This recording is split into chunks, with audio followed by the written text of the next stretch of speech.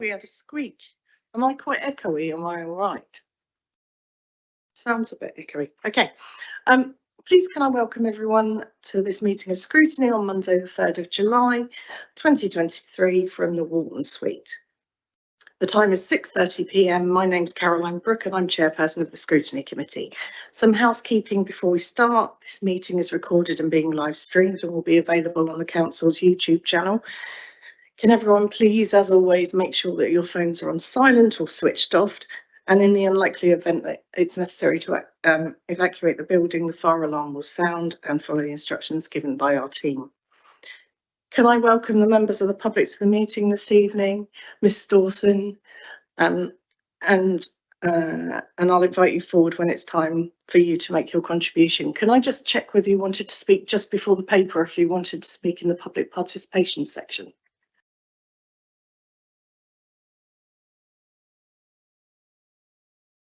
Okay, Fab, I'll call you forward then. Thank you. We have an exempt paper on the agenda tonight, and should councillors wish to discuss the contents of this paper, we will ask any members of the public present to leave the meeting at that time. When we finish the exempt paper, we will come back into public session, and if you wish to rejoin us at that point, you'd be more than welcome to do so. And of course, I understand if you don't want to wait around while we're discussing. So turning to the agenda, apologies and deputy members. Mr Watson, do we have any apologies this evening? Good evening, Chair members. No apologies this evening. Many thanks. Do we have any declarations of interest? Councillor Reach. Thank you. I need to declare a non-prejudicial interest in that I'm employed ultimately by First Group plc, and I also own some shares in that company, and they control South Western Railway, which features in the one of the papers relating to station approach. Many thanks, Councillor Reach. Noted. So first of all, we need to start by appointment of Vice Chairperson for the municipal year 23-24. Sorry, I've gone back a year. I would like to nominate Councillor Horrell. Are there any other nominations for that? Does everybody agree Councillor Horrell should be Vice Chair? Councillor Horrell, welcome to the table.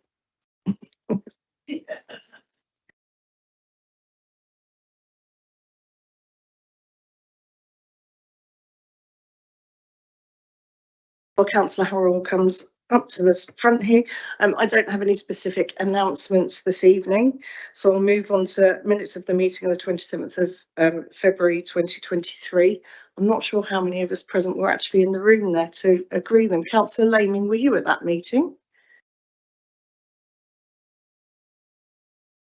That's just the three of us then, I think, to agree that. So are the three of us happy with those minutes? Then they're an accurate record? Agreed. Thank you. So we're on to public participation. We have Imogen Dawson with us. If you'd like to come up to the front here, you have 3 minutes to speak to us, and Ms Dawson would like to speak to us regarding station approach. Over to you.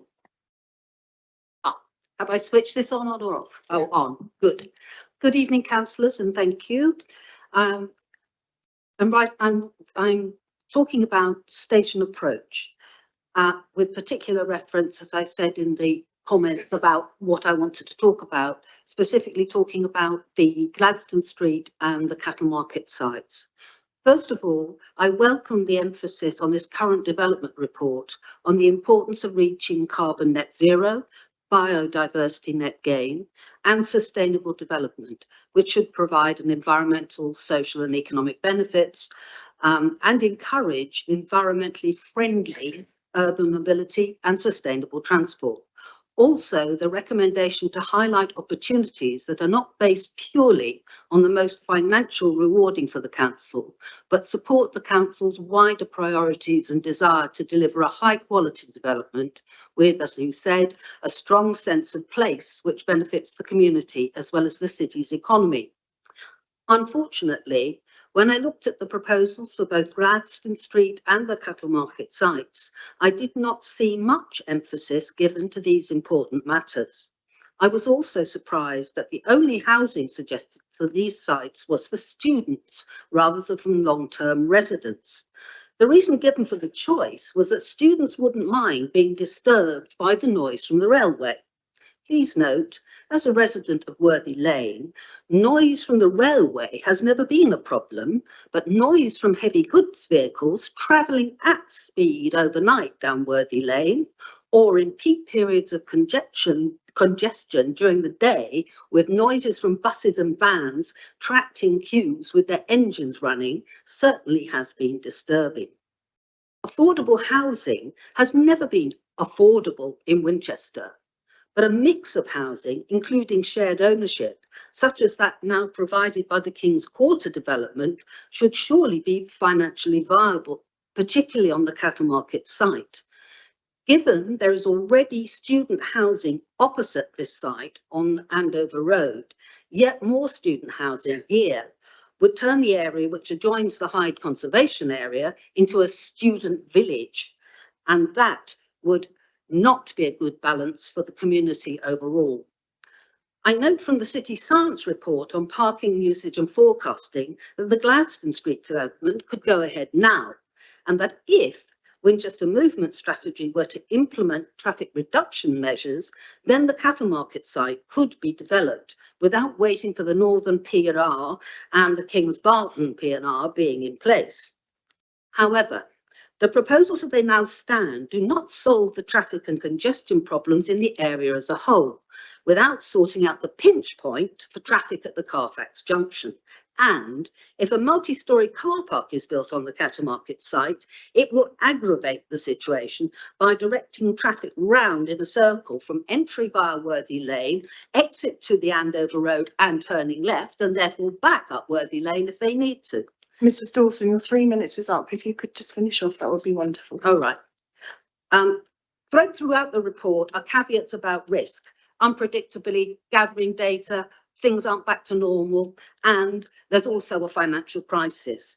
And I noted that not only in the station approach project, but also highlighted as significant in the update on the Winchester Generation project, changing market conditions, increasing costs and falling values are leading to inability to get a viable scheme in line with the development brief. And secondly, inability to resolve movement related issues with Hampshire County Council, Winchester, Jigsaw and the bus operators are unable to agree on plans for movement or the public realm.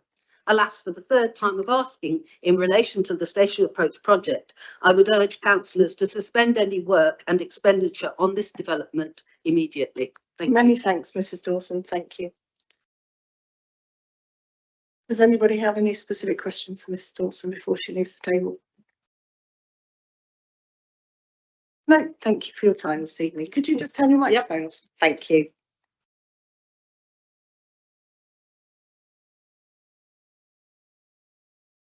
Councillor Wallace, I understand you'd like to speak to us, but you want to speak to us just as we come to the Q4 performance. Yeah, wonderful. Thank you.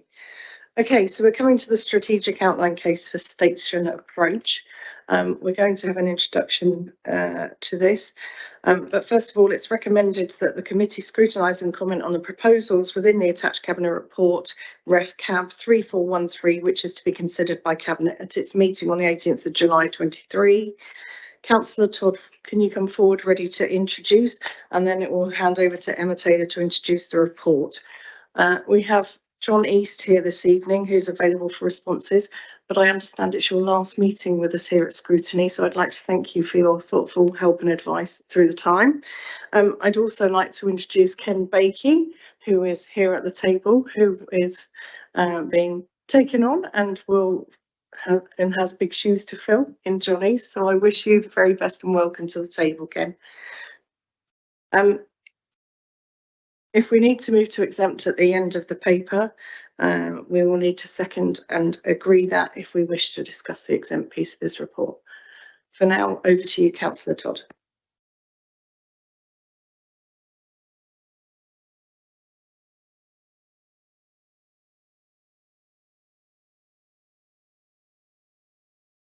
Thank you very much, Chair. Thank you for the opportunity to say a few words to introduce this paper.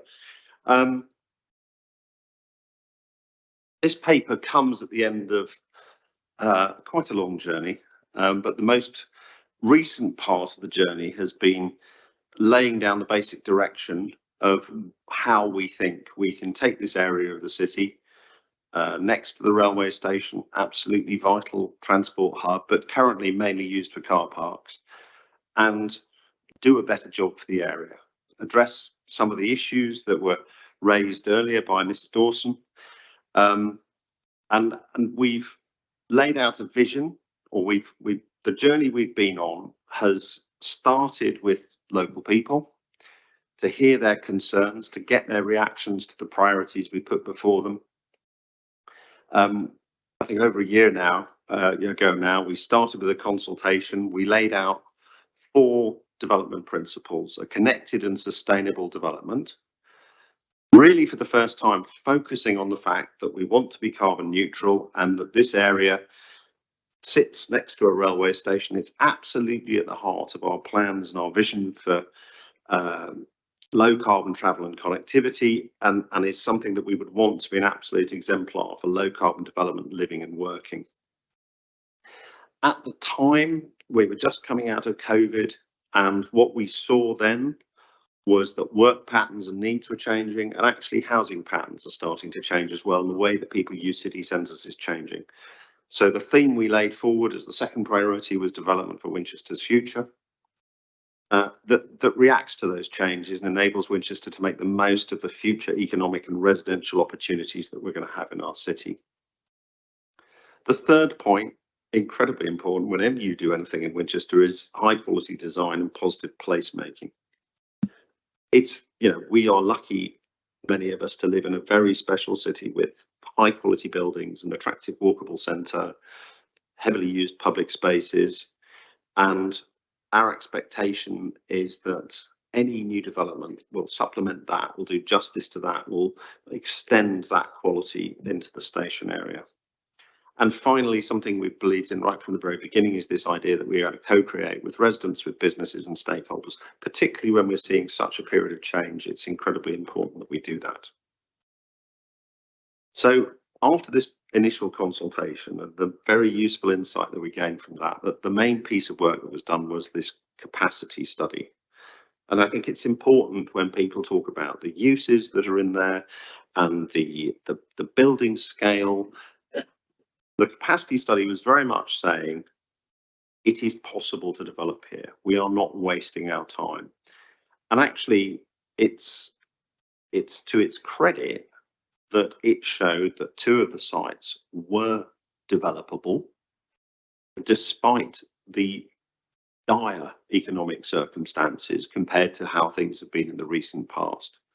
High construction costs, high interest rates, pressure on rents, and yet we were able to demonstrate that there was a way of developing on the sites with, incidentally, much less car parking, certainly on the Carfax site, than we had before, and able to show that there was a plausible case to say we can develop there. But importantly, it's not a master plan. It's not designed to answer the transport questions that I talked about. And it's not designed to do that detailed, careful thinking about views and how the area is going to work, which the expectation is that we would do at the next round of work. And one of the things we said right at the beginning of the process is that we would have a clear, gated process. We would set criteria of what we were going to try and do in each stage of the process. When we got to the end of that stage, we would come back to you, say we've met the criteria, now we're going through to the next stage. And so what we're here to do this evening is to talk about the 5 cases that the Treasury's loves so much: the economic case, commercial case, financial case, management case, I missed one, haven't I? And strategic case. We're here to go through the gate and say what we want to do next, which is a master plan, which would incidentally tackle many of the issues that Mrs. Dawson raised: transport, the usages we'd be looking at, and how we respond to changing economic circumstances. That's very much what the paper in front of you today is about. And I know that officers probably have some extra and more detailed perspective that they would like to give on the paper in front of you today. Thank you, Councillor Todd. Emma, over to you. Would you like to add something? Thank you very much, Chair. In July 22, Cabinet tested us with whether we could bring forward a viable scheme at Station Approach, and asked us to undertake a number of activities to answer that question. And this report is about summarising the work that we've done over the last 12 months that has got us to the production of the strategic outline business case to answer that question. So during that period of time, we've undertaken market analysis on the site to see what commercial uses would be best across the sites. We've undertaken a parking survey study to look at updating information that we had pre-COVID to see what the usage of the sites were in terms of the parking demand. We've undertaken stakeholder engagement and consultation as an initial consultation period. We've said throughout the whole of the project we will engage with the public as stakeholders at every stage of the way. So that was the initial engagement that we took.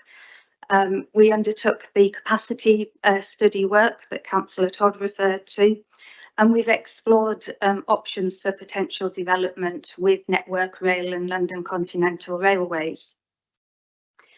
During that time, we've supplemented the knowledge that we'd had from the past, and working with stakeholders and residents, we've learnt so much that it's too much to highlight all of the things tonight.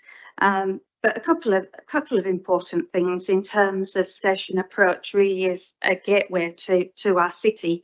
When you come out of the station, it's really important not just what you see, but how you feel about the area and how it connects further. And we've got a really amazing opportunity to improve upon that with our partners. When you come out of the station, you see the trees as you look down the road, and trees and green spaces have been so important during the consultation that we've had. It's come up very strongly through our local conversations, so we need to factor that into our future development programme. Also, as well as being an important transport hub, this isn't just a transport hub, it is a place where people live, and we want to improve that neighbourhood for the residents of the area, as well as the stakeholders that use and pass through the area. And in terms of the needs of the city, as well as housing being important, also high quality flexible workspace is important for our business community, and this was highlighted through working with our partners and stakeholders as well, to ensure that we provide employment space and have a good offer for businesses that want to relocate to the area, expand in the area, or for startups. And there's the parking surveys that I referred to, which advised us that in terms of Gladstone Street, we would be able to release that for development as a first phase now, as the parking could be accommodated within the nearby city centre car parks. We've tested different land uses during the capacity study.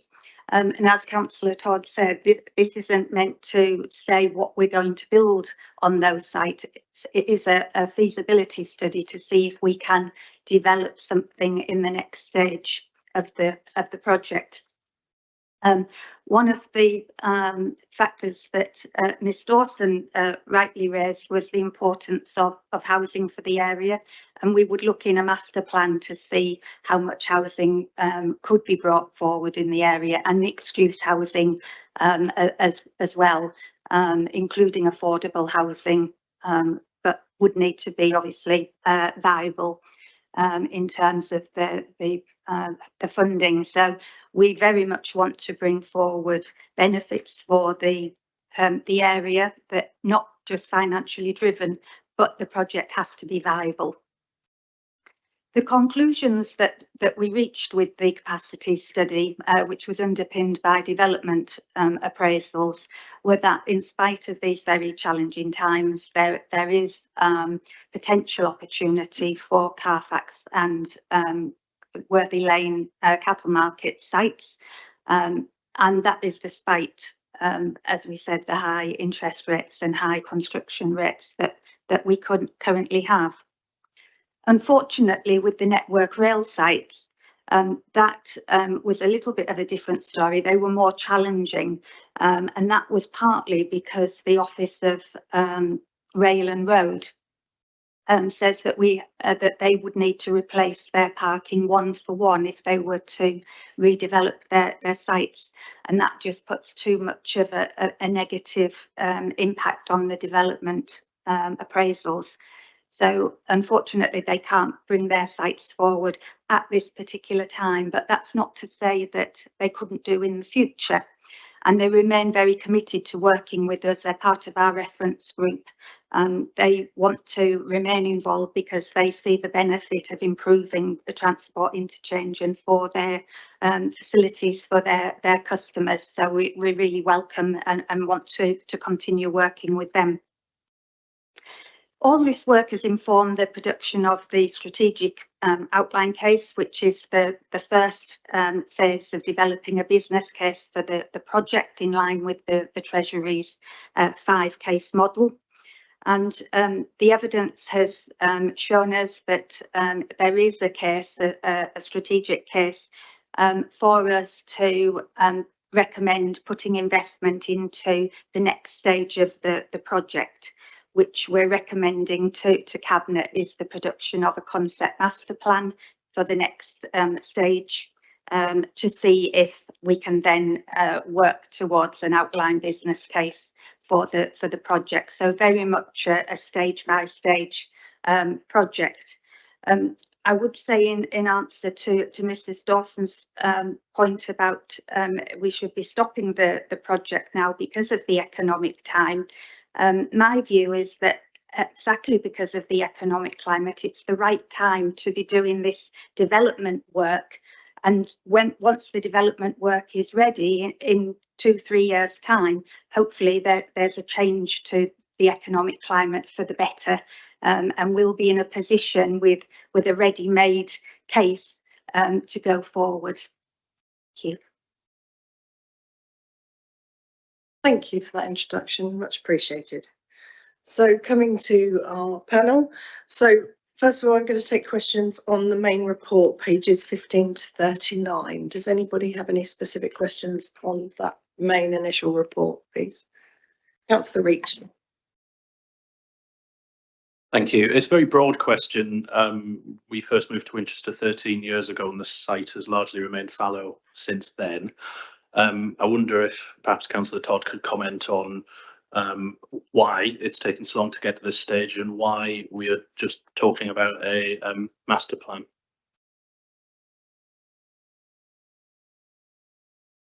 That is a good question. It is a difficult area to develop, and development in Winchester isn't always straightforward.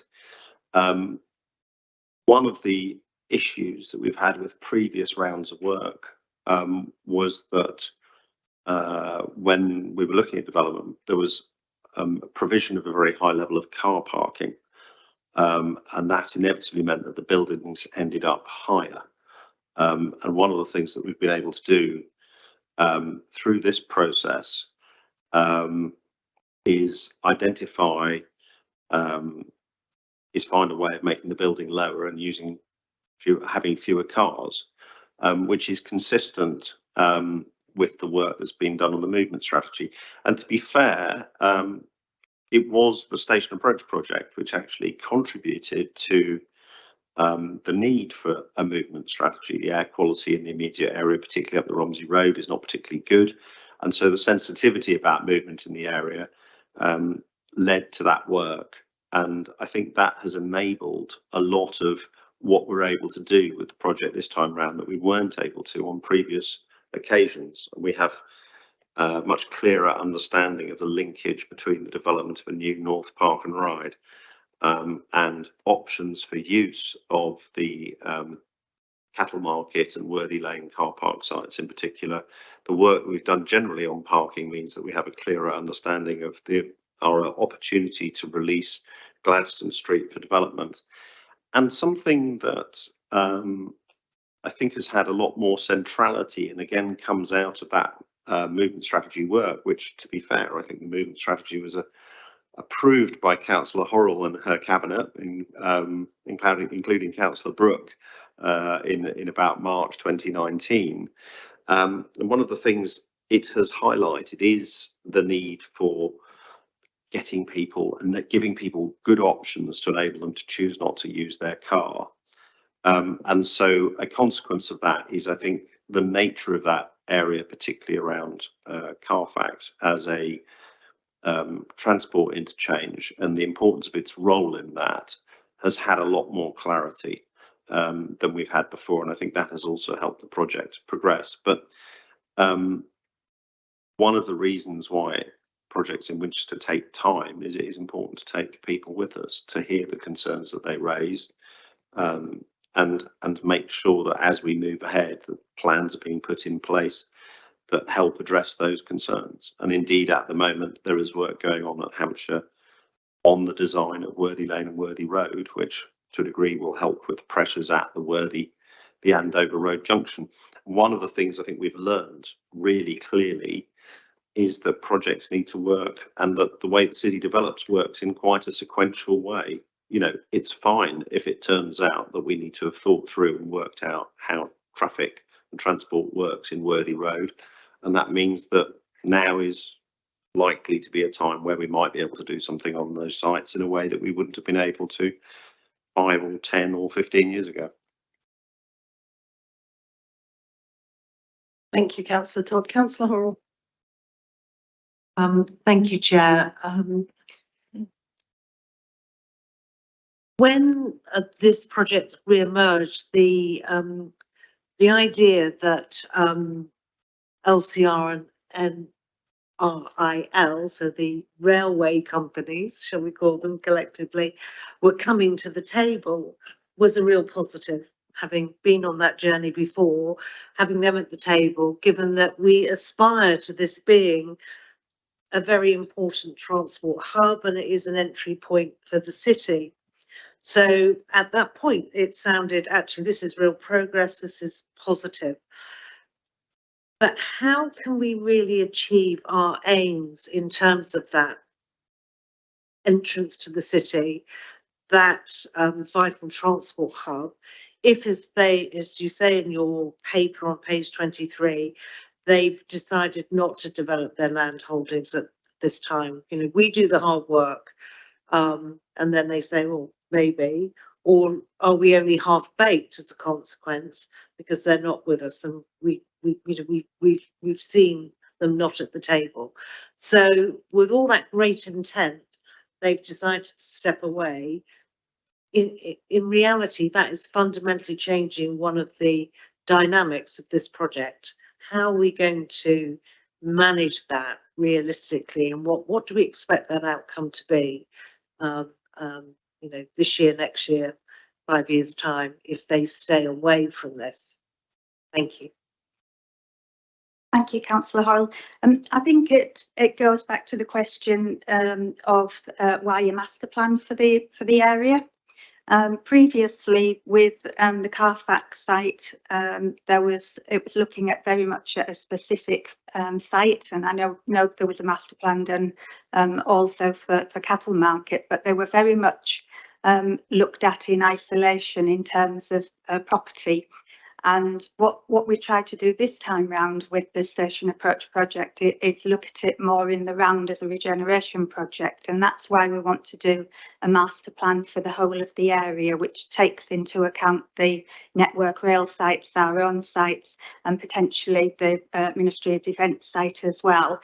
But not only to look at the actual sites themselves, like the capacity study did, but to look at the areas in between the sites, what connects the sites in terms of public realm and connectivity, and how that master plan area connects to the wider area as well. So I see that as the real benefit in terms of doing the master plan in line with what the emerging local plan has asked for the area as well, master plan for that site. And what that will do is it will set the development parameters for the area, so that any development that comes forward, whether it's promoted by the councillors, landowners on our sites, or Network Rail, or any of the other sites, they'll need to work under the guidance of those development parameters to then get on to a more detailed plan. So I think there's still real benefit, albeit they're not going to be in a position to potentially build in their area within the next few years. And actually we wouldn't want to be developing everything at the same time anyway, with central Winchester coming forward. So it's very important that we've got a phased approach. And I would see the Network Rail sites as sort of at the later stage, where our sites could be sort of now and sooner. Chair, if I could just sort of add, although Network Rail have indicated that they don't want to enter into a formal collaboration, or almost what you might call a joint venture, it doesn't necessarily mean that they are no longer interested, and indeed they will continue to be, the council's informal partners, and they will continue to work very closely with us, but not obviously in the same relationship if, as say, we've gone into a very formal, a joint venture or partnership. So I think we shouldn't think that actually they will walk off into the sunset, because that's not going to be the case. And indeed, I think in terms of the next stage of the project has been indicated already tonight, issues around transport and the transport hub and transport interchange and what we do to make the transport infrastructure work will actually be as an important output or outcome of the master planning process as actually, where buildings might, go and what nature of development might be. So, they will continue to be both closely involved, and will be, officers will be making sure that they are closely involved, because I think it would be fairly difficult for us to actually come up with ideas or to resolve some of the issues, particularly around transport, if they're not. And I should say that from our dialogue with Network Rail and also LCR, they fully understand that, and they're very much on board. Just sort of to supplement that, if you look at page 29, the map shows very clearly that we have to continue talking to them, because their land holdings, even though they're not in the position to be taking down car parks and redeveloping them at that stage, you can't have a discussion about, drop off at the station and pedestrian access to the station without their involvement. And I think they're aware of that, and they're aware of our desire to have an approach to the area that works holistically. And you can't transport a transport hub without trains isn't going to be much of a transport hub. So it is absolutely our intention and our desire, and as Mr. East has said, we've had a positive response to keep that dialogue going and keep talking about how the area as a whole works. Councillor, you had a supplementary. Just, I suppose I'm looking for reassurance from Ms. Taylor and Mr. East that, those ghastly multi-storey car parks are a danger to life and limb, and we want this great entrance for the city. We want a transport hub, and we end up with the legacy of what they have now, and some of it is not as safe or as pretty as we would like. That you will somehow bring them on this journey, because otherwise it's sort of chalk and cheese, and it would not be a great outcome if we can't convince them that there is better, shall I say. Yeah, I think we all share that ambition, and we shouldn't forget it's a 10-year, decade-long plus project. And as we've been discussing earlier tonight, I suspect Network Rail's policies concerning parking may very well change over the next decade. One would hope so. But I think the very fact that they went into an informal partnership with us, what, a year and a half ago, they wouldn't have done that if they didn't think there was something in it for them. The fact is that they can't make the figures work at this point in time in their sites does not mean that actually, when the economic position improves, as we all hope over the next decade, that won't then be the case. Councillor Scott. Thank you, Chair. I was just writing my question out when you called me, but thank you. Obviously, clearly, it's one for a leader, really. The master plan on 38, 39 pages is really the key thing of moving this concept forward. So I'm looking at the box, which has got finalised brief and procure master plan team. How do you envision is it going to be an outside master plan team, or are you going to use the specialists that we have in the Winchester town? We've got a lot of architects and a lot of people who really do know the city right well. How do you formulate as a cabinet moving forward? Because you've got a sort of time lag. You want to make a cabinet decision by 24, 25. So getting the master plan team is key for this project, I believe. If we're going to take this concept forward, with all the other aspects that's been mentioned, open space, parking, homes, etc. How would you see the master plan team formulate, locally or outsiders coming in? I'm not a procurement expert, but everything I know about it says that we have to be quite transparent about how we do things, and procuring things like master plan teams often involves putting, ads on government websites of procurement websites and giving different people a chance to bid. But that said, one of the things I'm sure we would want to try and assess would be their sort of passion, commitment, and understanding of the area. And it's quite possible that that would give local companies more of an opportunity to respond. And it's been striking that when we have gone out on projects in the past, not just here but in other places, we've almost always seen that they will try and have local people as part of the team because they know that they will do a better job as a result. But I probably need advice from officers as to what flexibilities we have in this. But I think in general terms, much as we might want to be able to say, we have a fantastic architectural community here in Winchester, and indeed we do, our ability to specify that within the procurement process is quite limited. I don't know if I can have help and advice on that point. Yes, certainly. So with the amount of money that we'd be looking in terms of contract be over £100,000, then in line with the council's policies, we'd be looking to go out to tender for that, and we'd look to have an open tender so that we can include it can go out so local companies have the option to bid for that work, rather than it being a sort of a closed list or a framework where you tend to get the bigger companies only, and that sort of prevents local companies from bidding.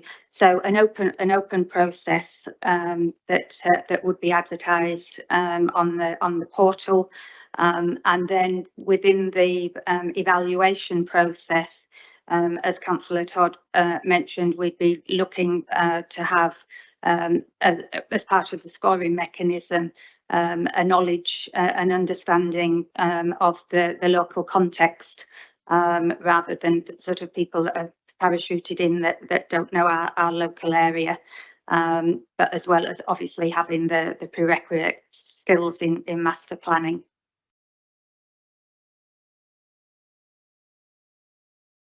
Building on that, if I may, Chair, is obviously getting the framework right for the master plan team is really key.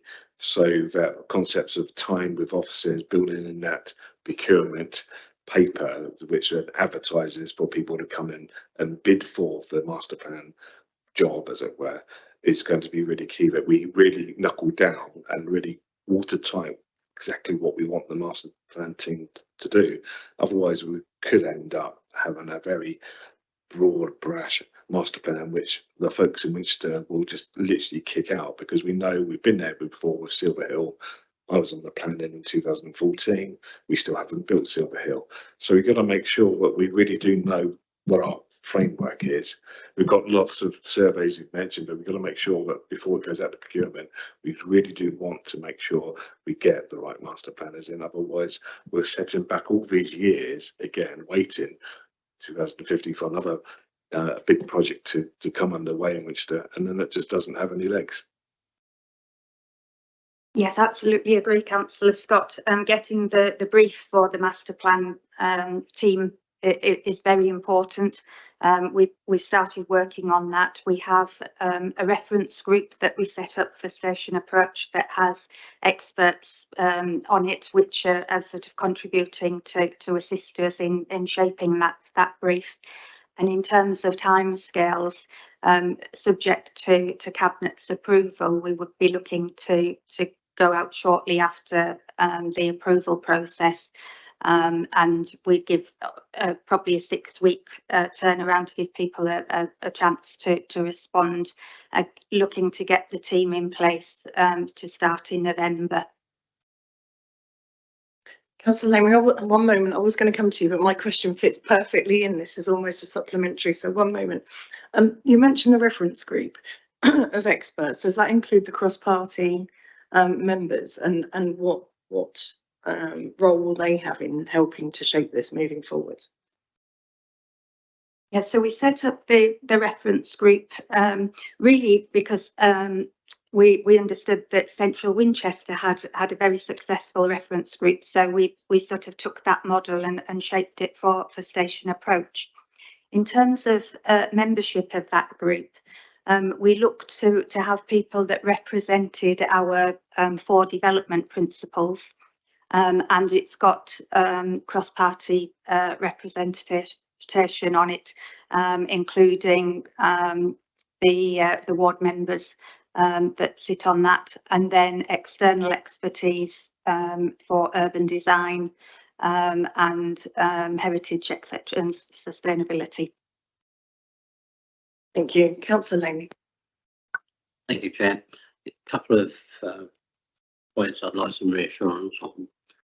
The station is a very busy place at certain times of the day. We're closing Gladstone Street car park.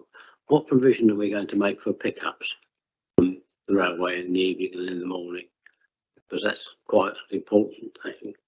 And secondly, if we're going to make the station a transport hub, which sounds like a very good idea, can we be assured that people travelling from the city centre, when they've been shopping with their children, etc., can get through to their destination without having to change buses at the station?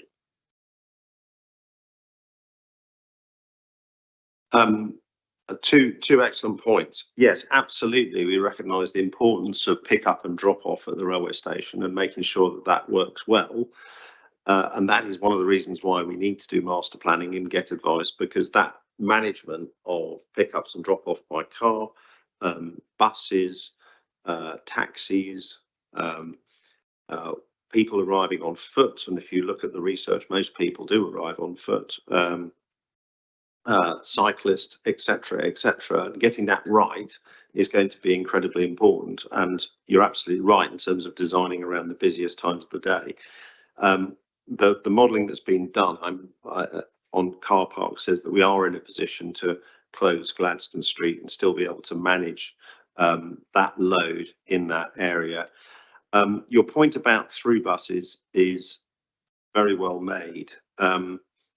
What we need is a network that works for the city. You know, we need the routes that work and enable people to get where they want to go. And for example, one of the things I know, that let's take your own area, if buses coming in from Badger Farm and Oliver's Battery stop at the station and don't get people further down towards the centre, then that might well be a problem. So we definitely need to take a kind of whole network approach and make sure that we have a system that works for the city as a whole. And there's work going on through the movement strategy to look at how we give buses more priority so that they become the faster and preferred way to get around the city if you're coming in from a further distance. And then we need to think about interchanges, where those interchanges are likely to make sense, and all the other things that make a good bus experience. You know, information, good places to wait, cafes, toilets, all of those kind of questions, and working out where those places are within the city. And but thinking of it as a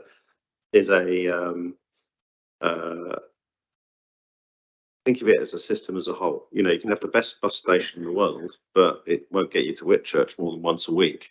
So, you know, we need to make sure that we start with making sure that we have the right networks and people can get to where they want to go, when they want to go, as far as we're able to and as far as is economic. And then we need to be thinking about the connections that people want to make and making sure that those connections are easy and pleasant if people have to wait, etc., etc. I'll just carry on, just one other point. Can we make sure that the bus routes then take into account areas like Stanmore and the Valley in Stanmore, Oliver's Battery, and places like Compton and Shawford actually get a bus service that's usable? There's big discussions to be had about buses, and we're not going to be able to solve that problem with what we put in place at the station, but we need to be mindful of that as we design our networks. There are some challenges. You know, we've talked about this before. There is often a trade-off between inclusion and decarbonisation. You know, if you want people to use a bus instead of a car, it needs to be quite direct. If you want to make sure that people who find it hard to get around and don't have other choices have access to buses, then they might need to be less direct. And getting that balance right is a really important question. Although we need to not try and answer every single question with station approach. It needs to be seen in the context of a total system. And I think the paper touches on that. And certainly the thinking is that, you know, as we think about buses in particular at the station, we need to be thinking about buses in central Winchester. We need to be thinking about buses on the Broadway. And ultimately, the most important thing of all, we need to be thinking about buses in Badger Farm, Oliver's Battery, how they all connect together and how we can get a better network for our city and use our role in that to encourage it and lead to a better system. I suspect Councillor Reid will know far more about construction of bus networks than I could ever hope to, but I'm sure he'll correct me if I've got the thing too badly wrong. Thank you. Councillor Pett. Thank you, Chair. I think I'm fairly reassured, actually, from what's already been said, that there's a clear intent that this Green Book business plan should be rather more than simply a business plan for redeveloping 2 car parks. And then clearly there's an intent to bring the wider policy aims of the council and fold those into this. I'm a little concerned, this follows on from what's just been said, that there's quite a considerable dependency on Hampshire County Council to look benevolently on all this, and, you know, in a financial sense as well, insofar as they have the lead on public transport, they have the lead on highways, and so on and so forth. In the current context of their savings consultations out there at the moment, do we have confidence that Hampshire are fully on board with what we're trying to achieve here? Yes, we've been in discussion with County Council all the way throughout the project. In fact, we have representation on our project team and on the project board, as well as the reference group as well. So they're integral to the development of the project, and we're working very closely with them. I'm just going to say, do they bring money with them?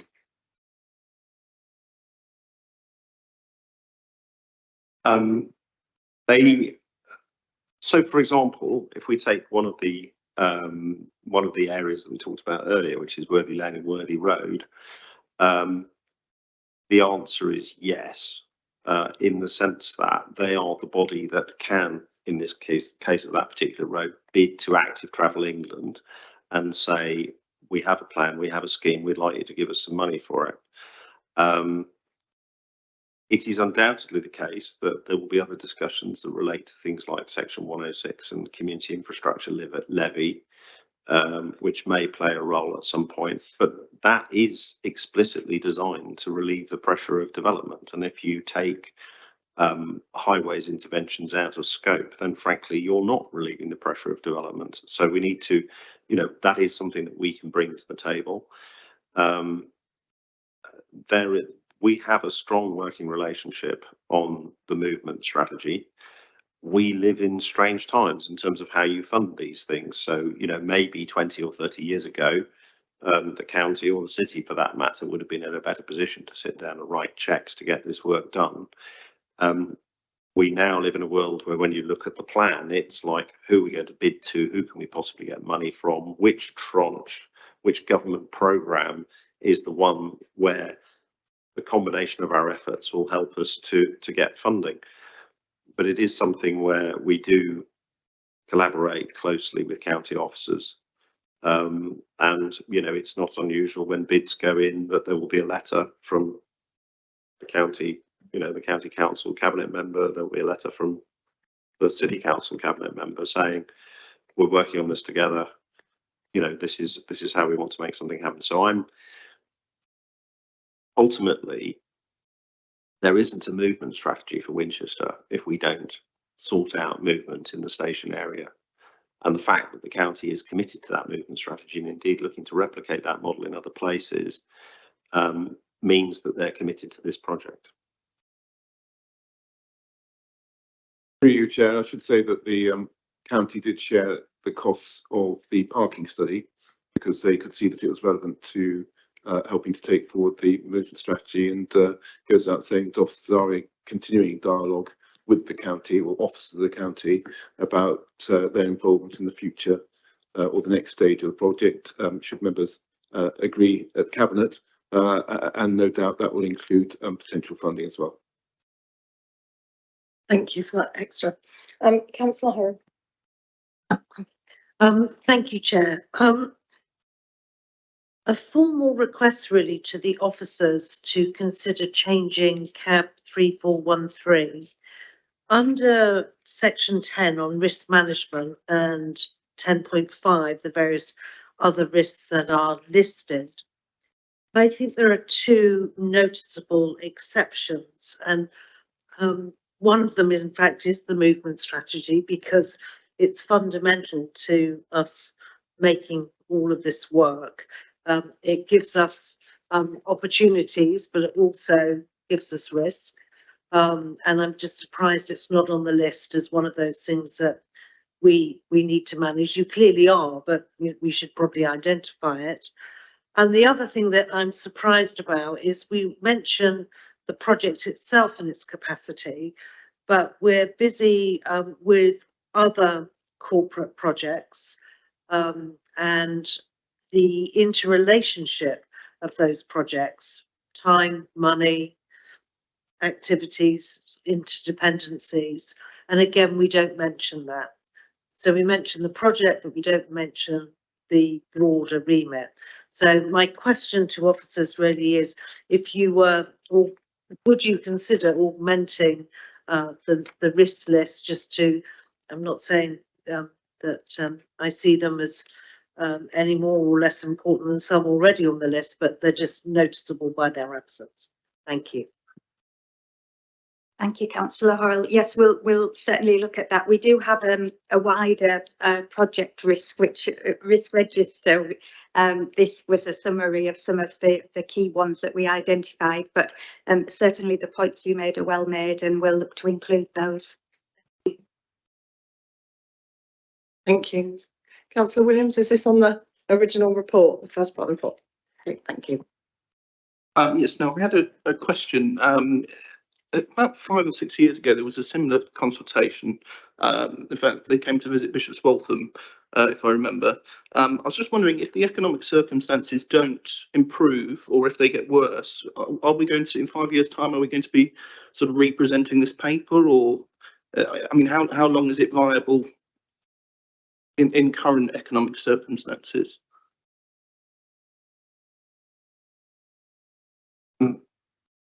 I think our take on the current situation is that it is a particularly bad set of circumstances at the moment, where we've had extraordinarily high inflation in the construction industry, pressure on rents, a change to high interest rates, which people weren't used to. And so if something is viable now, then we can be confident in saying there will be a viable solution at some point in the future in changing economic circumstances. I mean, I think that's certainly, I mean, it is possible that, you know, that the entire economy and nation goes down the plug hole. But our intention certainly is that locally Winchester we would do our utmost to make sure Winchester avoided that fate. And we are confident in our city, and we're confident in the opportunity that our city represents, and believe that we will be able to get the support that's needed to get a project to keep moving forward. So this isn't, I think it's quite important to say that when we look at the capacity study, this is not meant to be the kind of final word on how you make money on a development in this area. It's meant to say, we have shown actually more than one scenario where it is possible to make money in this area. This is not us saying that this is the final answer, but it is us saying we have seen enough to know that we're not wasting our time by continuing the work and starting to move towards an outline business case. We are lucky to have officers here today with infinitely more experience as to how projects wax and wane and do over time. So I don't know if I might even dump Mr. Bakey in it, but or Mr. East, or well, anybody. Anybody else? They're all looking like they're looking the other way. Emma, do you want to say something? I mean, obviously, happy to just input on this point. I mean, it is fair to say that probably in terms of regeneration and development, this probably has been the most challenging period, you know, for decades, and actually, in my view, rather more challenging, you know, than actually the economic crash of 2007, 2008, you know, in some respects. And I think we shouldn't lose sight of the fact that both the council sites, you know, when we tested them with a scheme which was not pushing the envelope, you know, and you know, how can we, which led to some of the issues with the previous, you know, sort of iterations, particularly of the Carfax side, they came up with you know, a result which showed that taking forward development would be viable. So even at a time when you had very high construction costs, as you say, inflation, rents hadn't caught up, and as I say, with the scheme which I think addressed the concerns of, you know, the stakeholders, which, you know, and the people who had previously, you know, objected to earlier proposals, we came up with a scheme, or, you know, we were able to demonstrate the scheme was viable. So I think that's pretty positive. I'm sure we all hope that the economic climate does not deteriorate further. But again, I look at this within the context that this is a 10-year project, you know, and, you know, I think, you know, my view is we're in a pretty good position. I don't know, Mr. Bakey has got tons of experience, whether you want to, sorry, not wishing to put you on the spot, but whether you want to add anything to this. Thank you. Week 2, sorry for me. So I'm really pleased to be here. I think you know, if we are looking at interest rates peaking at the end of this year, then actually usually it's maybe 12-18 months after that when economic activity starts looking up again, which ties in with the timetable that's outlined in the paper. Anecdotally, working elsewhere, I've heard that build costs are beginning to flatten. They're not continuing on that rather extraordinary trajectory that I hadn't seen before in my professional career. I think John's absolutely right. This is potentially for a far more difficult time than the financial crash. There was a very specific set of circumstances there which the government, you know, addressed by throwing quite a lot of money at the construction industry. I don't think we're in that scenario really. So fingers crossed. We've seen the worst of construction cost inflation, and as John said, we've got a couple of sites potentially that would be viable today. I think that's a really positive place to be. I know lots of other places where I've been working in the last 6 months that basically nothing works financially, and they're stopping it until things improve. Thank you. Councillor Horrell. Chair, could I ask a question about student accommodation? Because it sort of pops up, and I know we're not finalising the uses at this point, but I'm hearing mixed messages, because obviously we've got the University of Winchester. You mention in here Sparsholt as well, but you don't mention the University of Southampton. And when they declared their interest in the River Park site, they said they were not looking to bring their students into the city. Although obviously we're indicating there might be a market here for additional student accommodation. So I don't recall seeing it, but I may have missed it, or it may be in other documents. What data do we have from all those educational institutions about their long-term plans for student numbers, so that we can understand their growth targets? And how do we reconcile what Southampton told us about River Park and maybe their students requiring accommodation in Winchester, if at all? Thank you. Councillor Horrell, I think that Ms Lady can answer that question, as she's had detailed discussions with the universities. Thank you, Councillor Horrell. This is something we've tackled through the local plan, because obviously it might affect this site, but actually affects where student accommodation is going. So you'll be aware there was a new policy in the local plan that we consulted on late last year with regards to student accommodation. All the universities and local education establishments responded to us, which was really helpful. And we've asked the 2 universities to provide us with much more information about their strategy and how they plan to grow their universities in this area with regards to student accommodation, and they're working alongside us to help inform that policy ready for the Reg 19, the next stage for when we go. So broader than this site, we're tackling it at the district level. Could I just ask then, how do we reconcile what Southampton said when they pitched for the River Park site? Because I'm sure residents in Winchester will remember what was said about students not needing accommodation. So just to clarify that that point of detail, which came up on another project. Thank you. I can't remember the words that we used exactly then, so to reconcile, I'd have to sort of recap on exactly what they said. From memory, they were referring to a number of students that live in the area, and also those students that live from abroad, and don't require what we would call student accommodation, because they're more likely to take something in their first steps of the market. But apologies, that's trying to drag back from a meeting a while ago. I'd need to revisit to be exact on that with regards to where they're going. But as I say, we've asked them outright what their strategy is for student accommodation. So hopefully we'll have a more updated answer than just on their River Park site coming forward. I think there's 2 other quick points to make on that. I mean, firstly, they were very clear that there was no expectation, and we were clear that we would not accept any student housing on the River Park site and on the wider site in that area. I think the second point is that even if student numbers don't change, we have an interest, and they have an interest in, from their point of view, in improving the student experience and getting more people into halls of residence and dedicated student accommodation. And what you will have seen, of course, is that we are now in a position to start buying back student houses on and HMOs on council estates, turning them back into family homes, which is something that we've just started to do.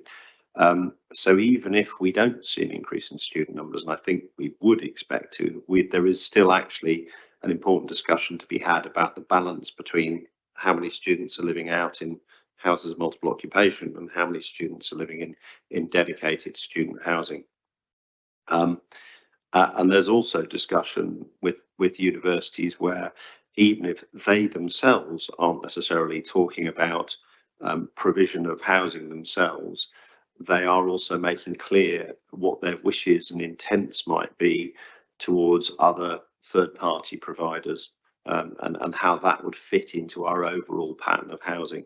But it is an active piece of work of great importance in the local plan, and we continue to look at how we ensure that we have a mix of housing for our city that works for students, but also means that we're able to ensure that we don't end up with hollowed out communities with houses that are empty for part of the year, and have a properly balanced community, and in some cases a rebuild community where the balance has gone wrong. Can I just clarify then? So we'll see that input from them when we get to Reg 19. I don't want to promise that it's something we can publish without checking, Councillor Horrell, so if I could check that, thank you. Thank you. So we've finished now on the main body of the report. We're now moving on to the strategic outline case. And I will first take questions on the executive summary section, which is pages 41 to 46. Does anybody have any question on the executive summary?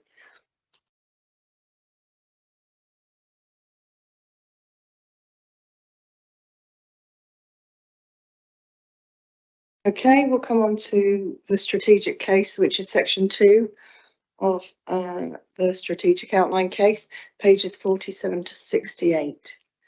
Does anybody have any questions on section 2?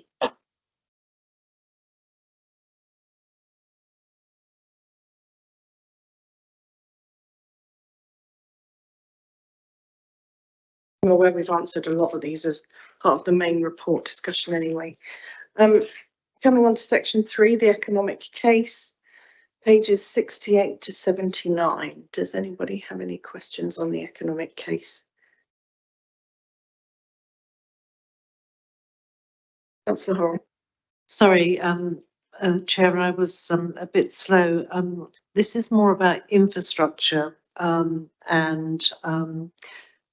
the provision for the area. Certain parts of our city already struggle with appropriate electricity connections. We already know we have issues with water. And so my question is, are we assured that the scale of the development that you're thinking about, we do have the appropriate relationships with the infrastructure companies to guarantee that we can sort of maintain service for those who are already in the city, with then any additional needs that are being placed by the potential development? Thank you. Thank you. So as part of the master planning team, you'll see that there is consultants that are listed to exactly do that, to identify what scale of development would need appropriate uplift in infrastructure in the area. And in terms of the development appraisals that were put forward, the cost consultants identified a sort of a lump sum in there to future proof against if, for instance, a new substation was required. Thank you. Any other questions on the economic case, section 3? No. I just had a question really regarding car parking and Reg 18. It's more of a sort of, can you remember to note it? In the Reg 18, it was stated that planning would be considered without providing parking.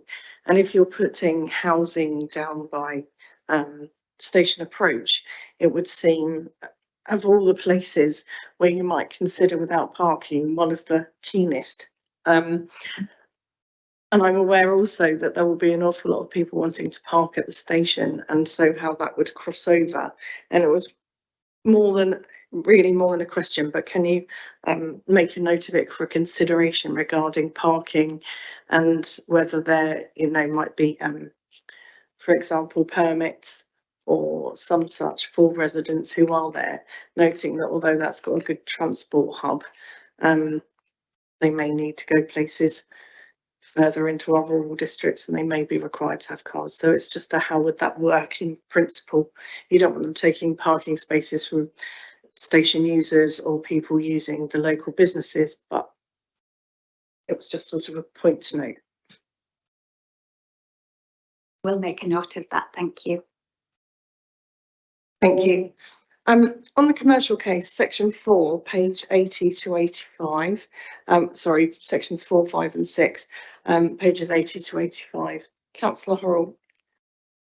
Sorry, Chair, I had something on the previous section. Again, I'm being slow.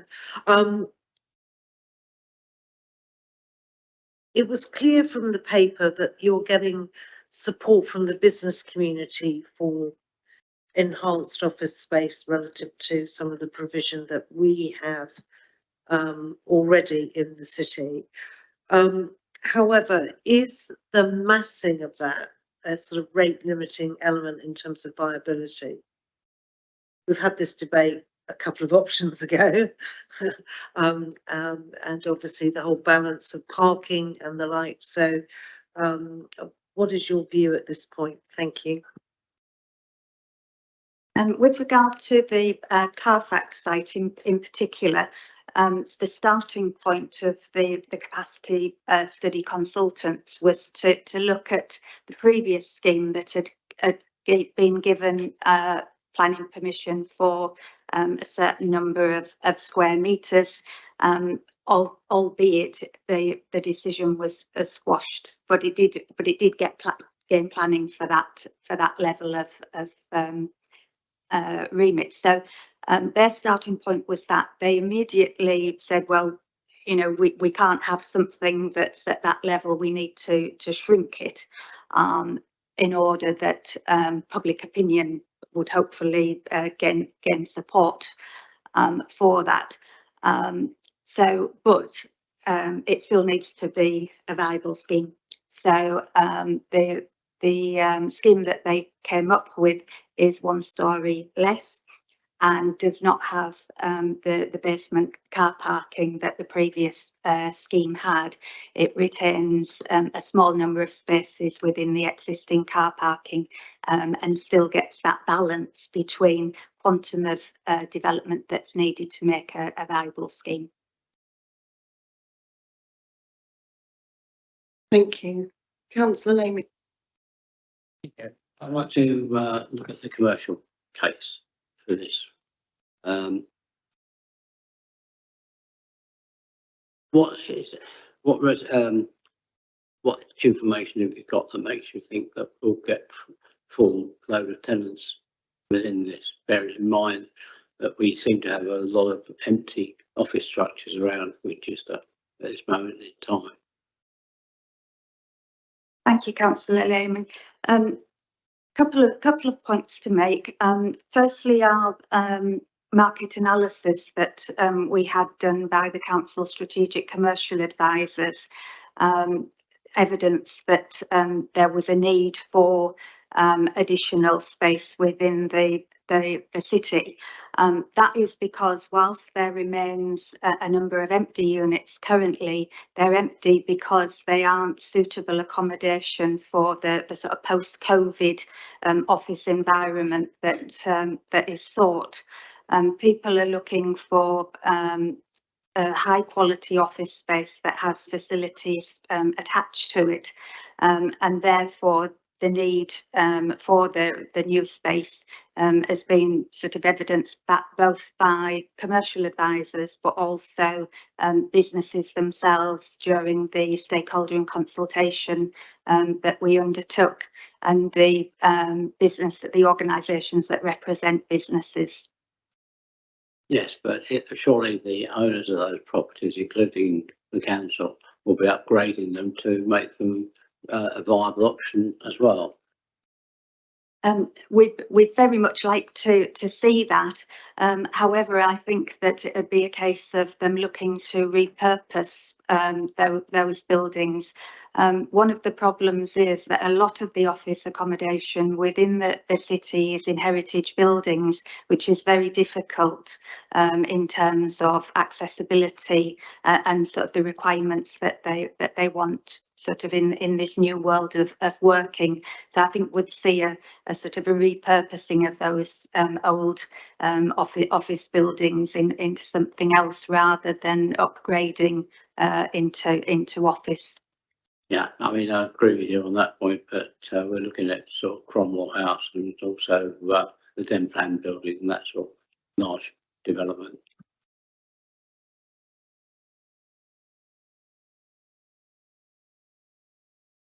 Thank you, Councillor Laney. If there's no more questions on that section, we'll come on to the quality impact assessment, pages 87 to 94.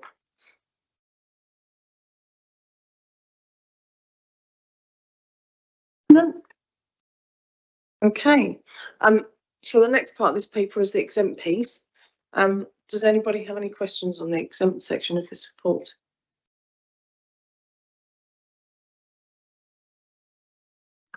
Chair, I have a question, but I'm not sure we need to go to exempt as a consequence. I'll be guided by Mrs. Haley.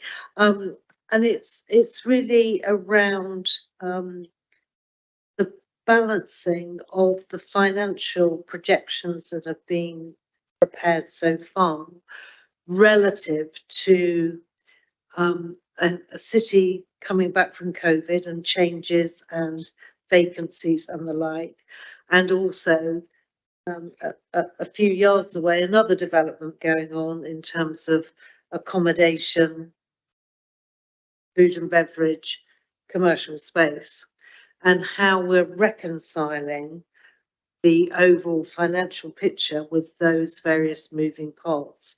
So we can see some numbers in here, so I don't necessarily want to go to executive, ask the specifics, but the broader point of how we are managing that understanding, because that's such a fundamental piece in terms of how those elements all fit together. Thank you. We're happy. So is there an answer to that? Well, I think there is. So, fine. So I think it's important to stress that we're not looking at the council's, development and regeneration sites in isolation. Absolutely, we understand and accept that they have an interrelationship, and I think we have been very cogent of this throughout the whole scheme process of taking this project through. One thing I would say is, well, two things I think I would say is, firstly, in relation to, for example, Central Winchester, effectively, yes, these are schemes which parts might be carried out at the same time, but I think they seek to achieve, in terms of the balance of uses and what they're trying to address, rather different objectives. So, we're not interested in Central Winchester that we would have a significant amount of grade A kind of office space. We're looking for a very different, as you know, Council, a whole very different offer there. And so I don't think you're going to have schemes butting up against each other in that respect. The other thing which I should say in terms of the projections and why we used our strategic development advisor to carry out the market analysis was specifically for that very reason, that they weren't looking at station approach in isolation. So they were doing so when they were undertaking the market analysis within a much a wider understanding in terms of other projects within the city. I think the final point I should make is that in undertaking the capacity plans, which lead to obviously testing the viability, we have used, how can I put it, very market orientated companies to undertake the viability testing. I think that's fair to say. So, and they've been very clear with us and very how can I put it, they're not trying to move to what the council would like it to be. They've undertaken it rightly, a very independent but also very commercially minded piece of work for us. So I think we can, have some confidence in the figures which they have come back to us with. Thank you. Thank you. So So we're not going to exempt, and I'm not going to echo anymore. Does anybody have any debate on this paper then? Councillor Reach. Thank you, Chair. I think I feel quite comforted by some of the things we've heard this evening. And I think just conscious of some local government investment disasters, one only 47 miles up the M3. I think I was heartened by Mr. East's comment about not pushing the envelope. But I might just add that I hope we're being ambitious enough.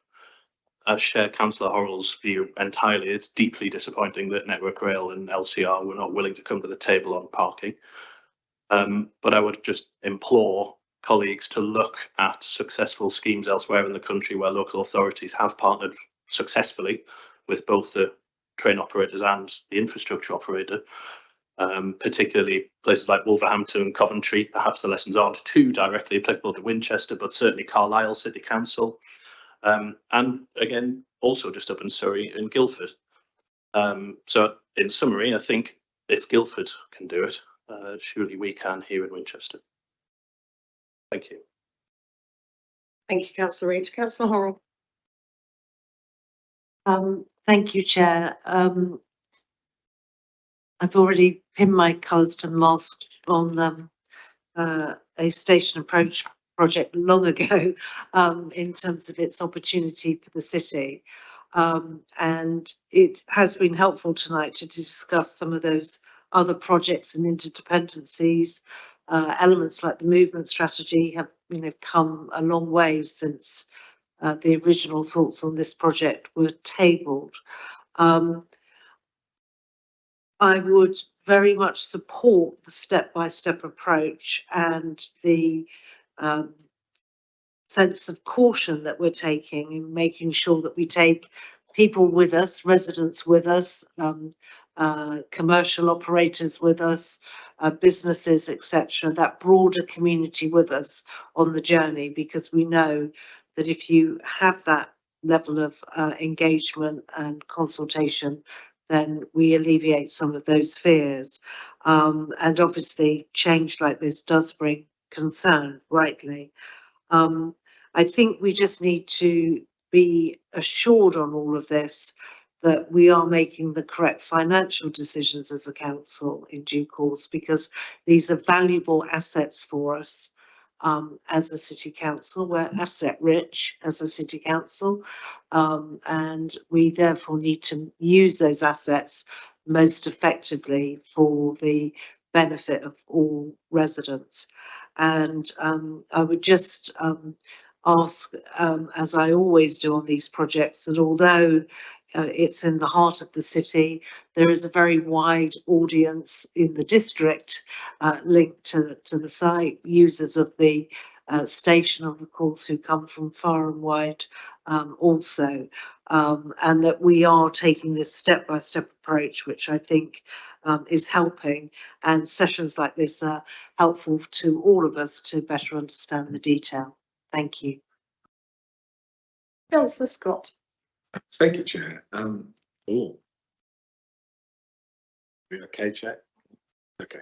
I'd like to thank officers to getting us to this stage. Obviously, you can see from the officers' presentation earlier the vast amount of work that's already got in to get us to this stage. So thanks to officers for their sheer hard work. I do think Winchester folks do have a strong sense of place. I think us Wintonians, and I vouch I'm a Wintonian through and through, do love our city. We want the best for our city.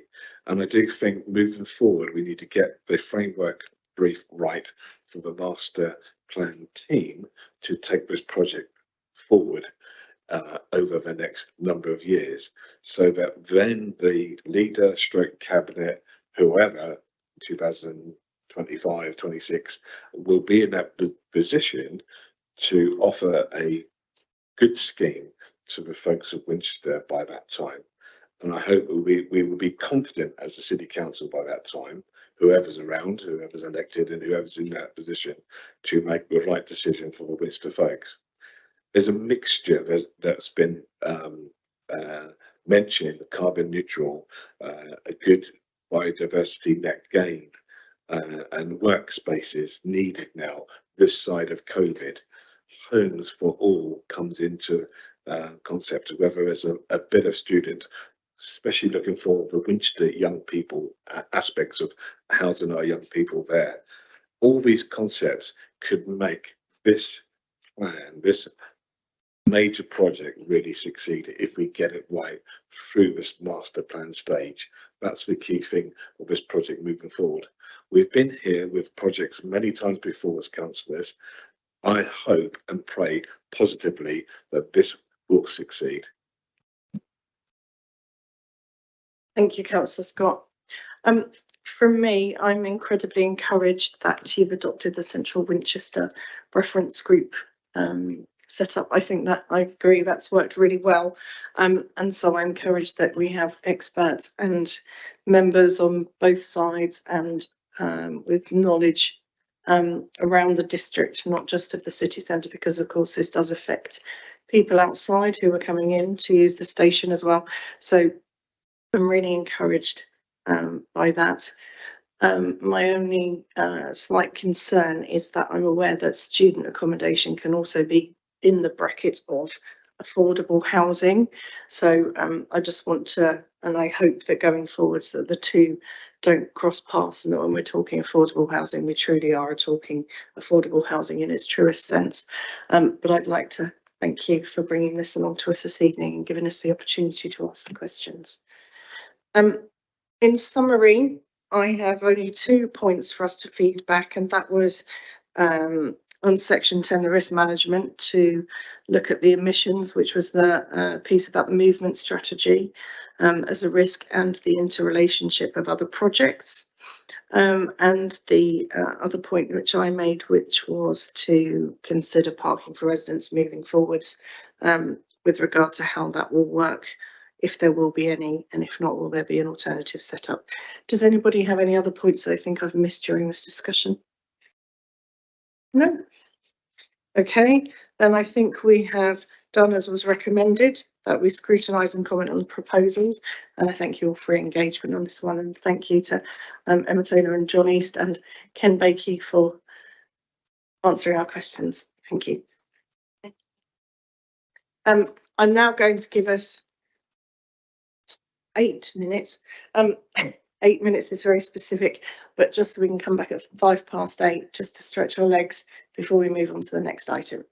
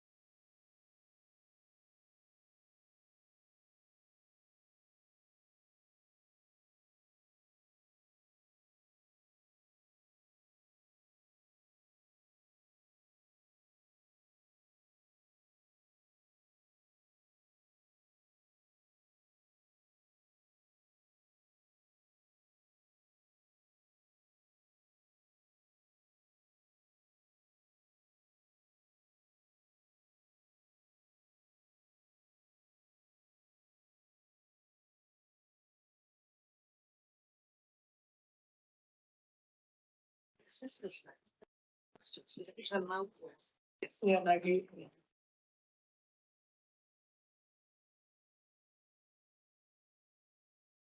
no, Councillor Wallace, you wanted to speak regarding Q4 performance panel.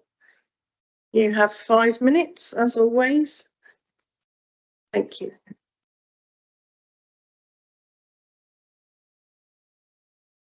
Right, thank you, Chair.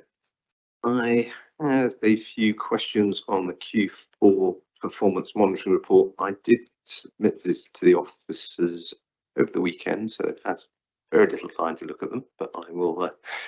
So I'm not sure we'll have a chance to have come up with any answers yet, but I shall just go through them quickly.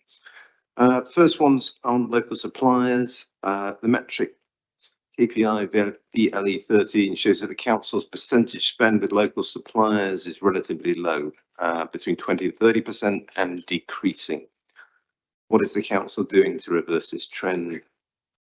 On the Winchester carbon emissions TCE01, so that's the KPI TCE01. Excluding the COVID impact in 2021, council carbon emissions in 2021-22 were only down 3% on the carbon emissions that were produced in 2019-20. What is the breakdown of these carbon emissions, and is the council still on track to reach the goal of zero emissions in 2024?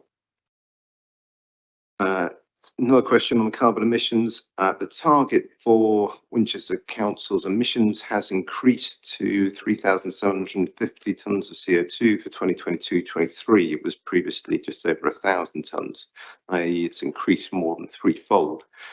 How are the targets for council carbon emissions set and adjusted?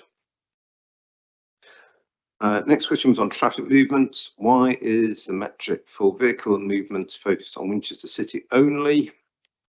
And regarding the comment, the M3 junction line works are forecast to increase, not reduce traffic in the district.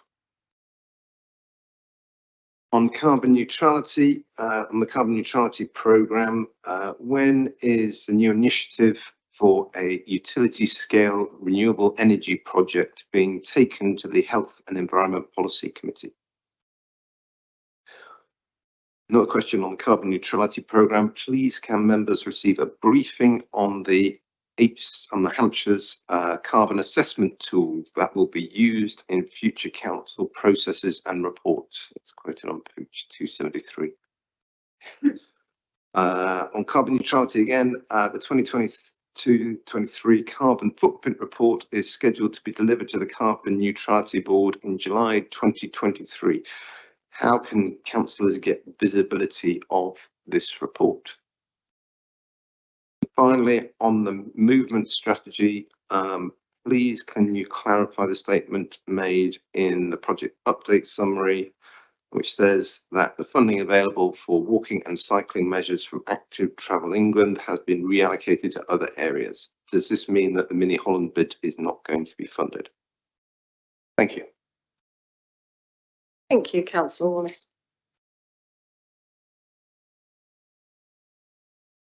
If you can please, Ms. Sadie.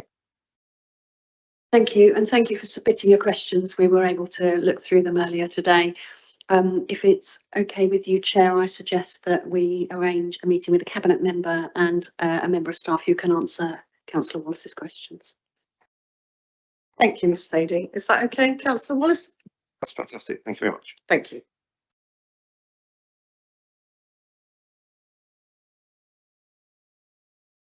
Just as a thought though, going forwards, Councillor Wallace, I understand you had quite a lengthy list of questions last time and this time. Would it be worthwhile you setting up meetings with the Cabinet member in advance anyway, just as a thought?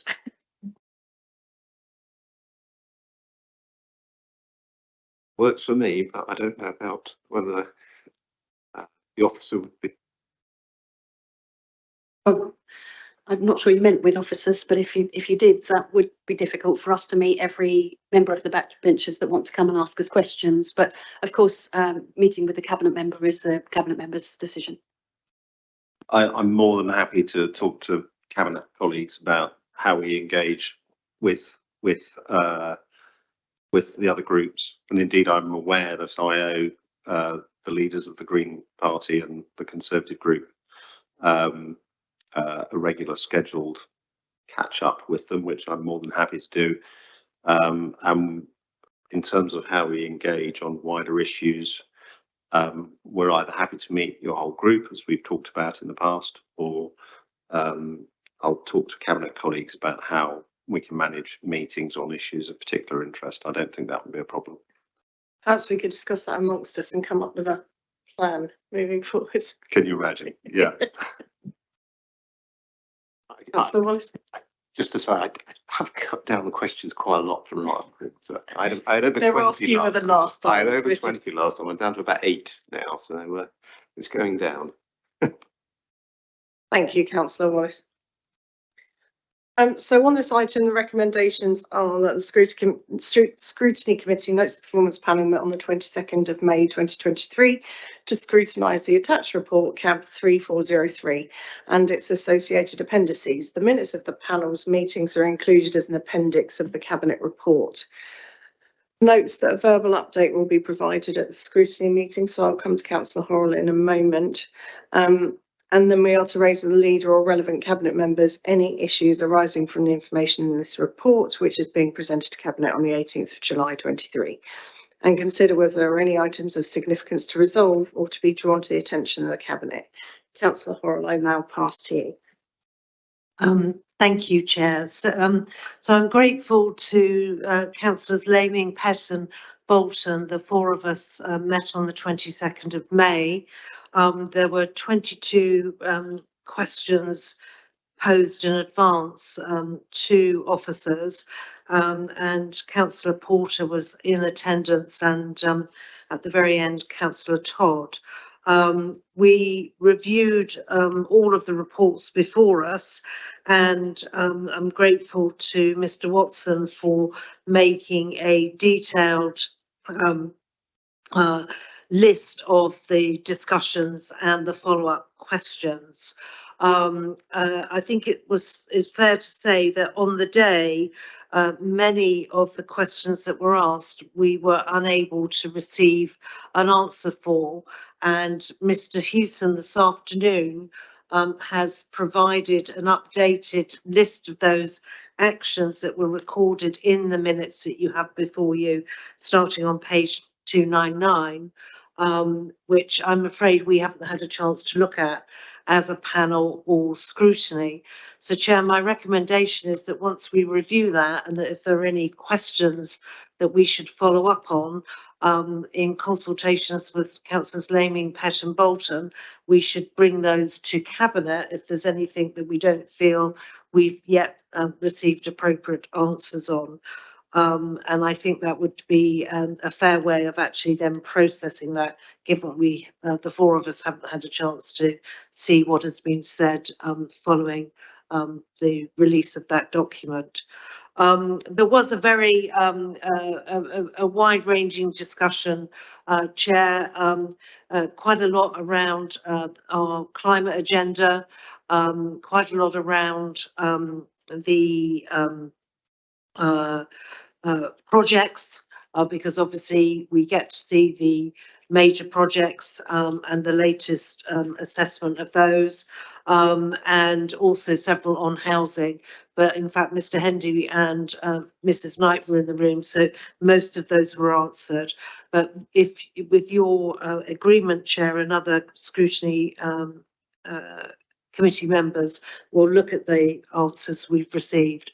The one thing, Chair, I think we are being asked to change the way in which the panel works. So we were set up originally to not take another 2 hours on your meeting schedule at scrutiny, because we were limited on time, and actually do this work and bring to you and this full scrutiny panel, indeed all councillors, a review of the questions and any areas of concern.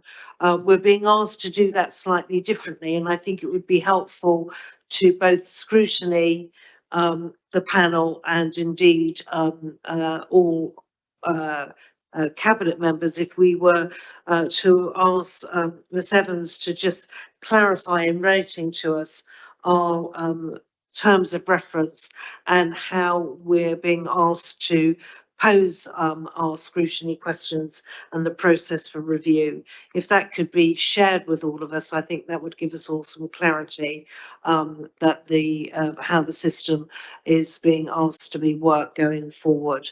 And again, Mrs. Adey may just want to comment on that, but I think that's a reasonable request so that we're all clarifying on what is required. Because as you know, Chair, we get the information at quite a late date because of just the timing of the reports and the way we have to do the panel meeting is pretty short in time. What we'd obviously want to do, which I hope perhaps Mrs. Adey can take back, is that we want to close down before the next scrutiny meeting that performance review. So tonight, we as a scrutiny panel should be agreeing anything from Q4 we want Cabinet to be aware of so that we're cleared for next time. Taking that on to Cabinet isn't, I think, probably in the way we are today the most helpful, and so I think our objective is to close it down on the next scrutiny meeting. But if we could clarify that in a note about how we're the process will work in the future, that would be helpful, Chair. And if I've missed anything, Councillor Lanning and Councillor Pett, please yell, but obviously the documents are before all scrutiny members tonight. Thank you. Thank you, Councillor Horrell. Following on from the point you've just made about ironing out the terms of reference, I'm aware that at the February meeting we had a discussion that you, Councillor Horrell, I and Councillor Cutler would meet with the monitoring officer to discuss that, to try and iron out this before this municipal year. And we did indeed have that meeting, but we haven't seen the outcome from that, have we? We made some recommendations about the processes, and there was also going to be some looking into the fact that it's almost like the reports compressed towards this end timing wise, and there was going to be some looking into that. So certainly we will feed that back. Councillor Cutler, did you have anything to add to that? The one thing that we actually discussed in Leaders Board was, I mean, we actually had sight of that Q4 report quite early on, and we did discuss the possibility of actually publishing the draft report very early, as soon as we can. It may mean that the performance plan doesn't meet, but there'll be plenty of time to read it because it's such a big report. And I think we're also looking at ways that we can make it more readable and, you know, sort of have the salient stuff in without repeating ourselves in a lot of times. So possibly some areas of exception reporting rather than just everything in it. But you know, I think clearly we'd need to discuss that with you when we've looked at it. But I think that process, Simon Howson is looking at ways that he might be able to make it a simpler report to deal with, maybe with the information available in the background, but the actual report that's published is simpler and it's more based on sort of exceptions, and so that work is going on at the moment, and I think before the next performance panel we need to be very clear about where we are. Okay. Thank you, Councillor Cutler, and I certainly agree that yes, we need to be clearer about this process, whether that be that officers attend the performance panel meeting and then any additional questions come back to scrutiny or some such, but we certainly need to understand the process. I know Mrs. Adey will take that back. Thank you. Any other comments or questions on the Q4 performance panel paper? Any debate? No, then So, Chair, just to be clear on the process, are we all agreeing that Councillor Pett, Laming, Bolton and I will look at the report that has come out? If we feel there's anything that we should be taking forward to Cabinet, do you wish us to bring that back to full scrutiny so that you can all see it before it goes back to Cabinet if there's anything that hasn't been addressed? Just so that we're all clear on this instance, because we're unable tonight to close down Q4. it's my opinion, but I'll defer to Ms. Sadie, but it's my opinion that your outcomes should go direct to Cabinet and be appended to that paper. But Mrs. A, did you have any other thoughts? I think that would keep it timely for the reporting cycle. Otherwise you'll be giving feedback on Q4 in Q2. Thank you. Councillor Reach? Sorry, just a few very quick boring comments just on the report. A few things. One, page 227, talk about the benches on the high street. It's actually really important to people in my ward. We installed them on the 9th of May. I think it was probably a product of the report being put together over a prolonged period. So we did better than we said in there. So I think it's important to note that. The other thing as well, I think some of the carbon stats on page 231 are just query whether we've used the right carbon intensity. I've warned you, these were quite boring points, but I think it's important to get it right, because if we're going to be marking ourselves on these KPIs, I think that's pretty critical. So we should just check that as well, please. On 251 around direct debits, there are still some general invoices that the council issue. I myself receive one every month through a car parking space that a license I have to use from the council, and that's issued as a paper invoice. So if we can make some progress on that, that would be wonderful. And then finally on the in the KPIs VLE 9 and VLE 10, which is around tourism spend in the city. I've had a conversation with the leader, Councillor Todd, before about Winchester's unique offer with respect to English sparkling wine.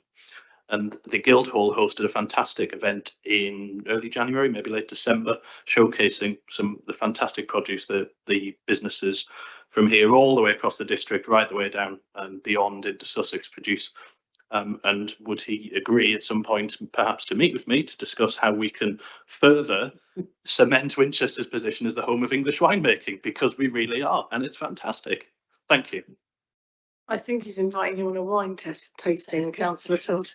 I have met Vineyards of Hampshire, and we have had discussions about how we can support that industry within the district and the county. And for obvious reasons, we are very keen that Winchester's central role within Hampshire's wine industry is something we really get behind. It's a fast-growing industry. It offers new employment opportunities in rural areas. It links in a way that maybe some other agricultural industries don't very clearly to tourism and other ways of reinforcing our economy. So and hospitality industry as well. So I'm very keen on supporting the industry and getting behind it and making Hampshire the wine capital of Hampshire, England, the world. Let's aim high. Are you aware that Hambledon Vineyard won a gold award in the International Wine Awards recently? I think one of the things that excites me most about the idea of getting behind the wine industry is that it is really genuinely very concentrated in our district within Hampshire, and I think it provides a great opportunity, for example, with the tourism team to really celebrate everything that we have to offer as a district, and that combination of a beautiful ancient city but also these fantastic rural areas, including all their vineyards. What's the answer to my question, yes or no? Which was, well, am I going to go on a tour? No, were you aware that they'd won a gold award in the... I was not aware that they won a gold award, and it's brilliant news. And actually, I'd see frequently that, you know, the wines of Hampshire continue to do very well in all kinds of competition recognition. And delighted to hear that Hambledon has got gold. So, do you have any responses to any of the other questions Councillor Reach asked? Either you, Councillor Hall, I'm not sure if you touched on it, with regard to, are we using correct measurements on measuring carbon, for example? Are they things you have any thoughts on? I think they're very helpful questions. These meetings are always very helpful, and the and the insight we get from performance panels is always helpful. So I will certainly take that away and get confirmation for officers. I'm not in a position to double check the calculation now, but it's very helpful to have these issues raised. Many thanks. Thank you for that one. Appointments to external bodies related to scrutiny. So the committee considers appointments to the following external bodies. So we've got Portsmouth City Council Health Overview and Scrutiny Panel. Councillor Reid. I would like to propose Would you like to take both the chair and the deputy at the same time? I'd like to propose Councillor Viv Atwell, and Councillor Williams for that committee, please. One moment.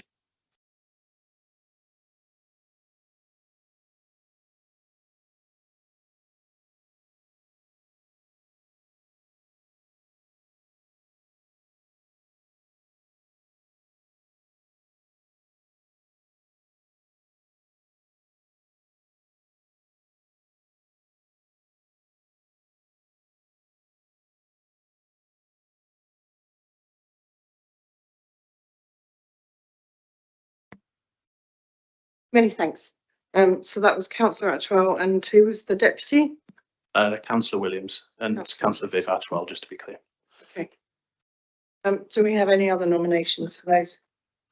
Councillor Horrell? Yes, thank you, Chair. Councillor Mike Reid to the vacancy or deputy, depending on how things are divided this evening, or both, shall I say.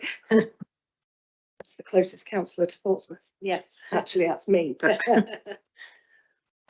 okay, we'll take a vote then, first of all, on the chair of that panel. So it's Councillor Atwell. Councillor Reid, that's us then. For deputy,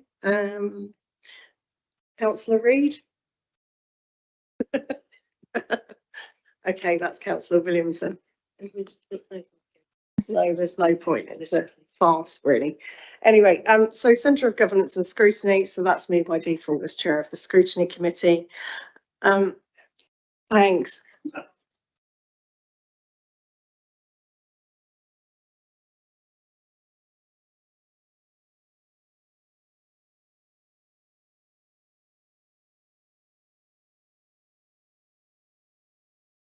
Okay, nominations for the Partnership for South Hampshire Overview and Scrutiny Committee. Councillor Reach. Thank you. I'd like to nominate for the vacancy the other Councillor Atwell, that's Sudhakar Atwell, and the Deputy Councillor Batho. I suspect we won't bother putting forward nominations because we're all voting politically, so it's a pointless exercise. So I would suggest that they are the people on the panel. Many thanks. Okay, the annual scrutiny report. So we have 3 annual scrutiny reports from the policy committees and the scrutiny committees. Do we have any questions on these? We need to make any necessary comments on the content of the report. So many of you will have sat on the committees before its submission to full council. Do we have any questions? Do we have any debate? No. Okay, so we conclude that we are happy for those to go straight to full council. Agreed? Okay, thank you. Annual report exceptions to forward plans. The recommendation here is that the committee consider and make any necessary comment on the report.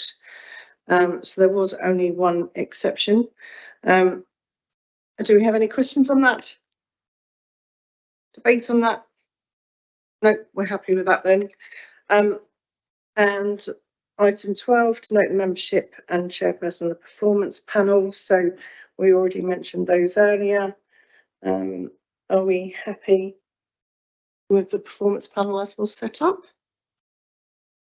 Yeah, wonderful. So we've got Councillor Pett, Councillor Williams, Councillor Lamy, Councillor Horrell and Councillor Bolton. Okay, so item 13, to note the date and time of future meetings of the committee and the performance panel. So you've got those in your pack. Item 14, to note the work programme for 23-24. Councillor Horrell. Chair, I have some suggestions for additional items that I believe should be on the Scrutiny Committee work programme. I think it would be helpful, given the importance placed on the movement strategy this evening.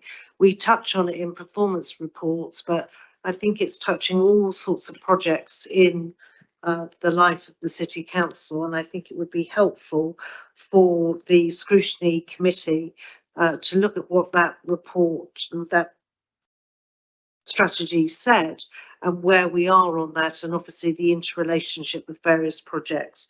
And so my thought is that we could add that later in the process, because obviously there will be some work just looking at where we are and summarising all of that, so we can all have clarity on where we're heading versus the original objectives. For example, I remember the first objective for the movement strategy was Park and Ride North, and then I saw a note in today's papers saying we might progress with various projects without doing Park and Ride North. Yes, exactly. I was slightly surprised to read that, or at least having it maybe coming at a later point. So, Chair, I think that would be worth considering. I'm also surprised that we don't have another look at the local plan in Scrutiny. I know we did a complete page turn at Reg 18, but obviously there's a lot going on that we have yet to see in terms of the consultation post Reg 18 and where we're heading for Reg 19, and also all the dynamics in the broader marketplace. And also just a query, and perhaps Mrs. Adey can clarify that, whether we'll have any other touch points on the regen projects, CWR or the like, that we should be discussing, whether we'll have other documents that are being prepared that should come through here in due course. So it's about what the scheduling of some of that will be, but I don't see, for example, CWR on here in the scrutiny work programme. So just a couple of thoughts, Chair, that I think we as a committee should be considering. Thank you. Thank you, Councillor Horrell. One moment. Councillor Cutler. Could I just caution that we check with that the other policy committees are not covering the same work at any point, rather than duplicating officer time and effort.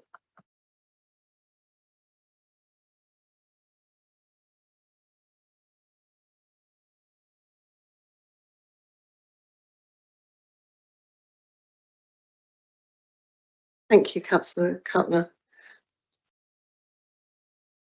If I put these for noting as considerations, and if they are going to the other scrutiny committees, then we don't need to discuss it further.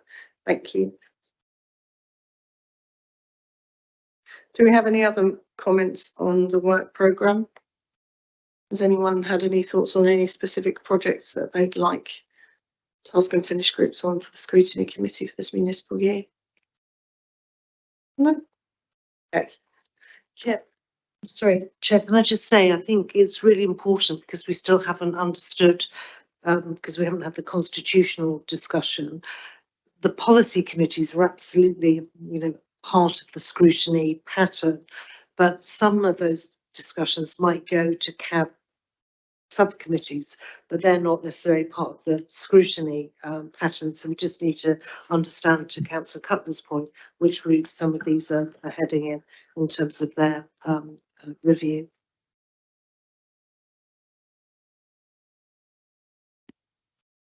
Just want to respond to that if I can, because I don't think we've changed, although we've got the additional cabinet meetings, we didn't change the basis of how we approach overview of policy.